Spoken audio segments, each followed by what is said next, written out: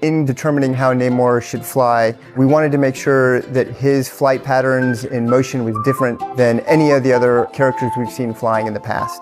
We were trying to come up with ways that when he flew that he would feel powerful and intimidating, and that did boil down to trying to develop wings on his feet that felt really real, that felt like they could generate enough thrust to sort of push him through the air and through the water. So we kind of explored flight motion in birds, and we kind of landed in a world that was probably combining the flight patterns of hummingbirds along with larger birds of prey.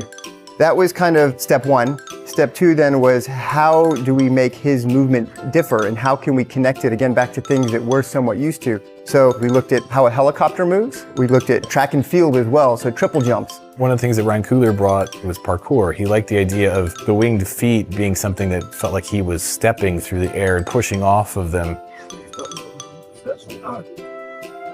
I was also really interested, because he's so intrinsically tied to water, the idea that whatever downward force was coming off of those wings would use the water to showcase how much power was actually blowing off of the wings.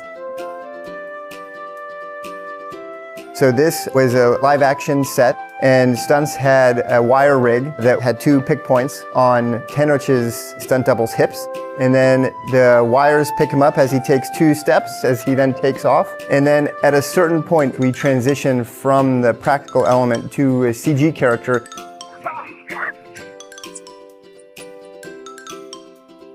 The part that I'm most proud of, looking back at all the work that we did on Namor, was the collaboration between the artists and the supervisors at ILM with Ryan and the filmmakers here at Marvel Studios, and the result that we came up with together.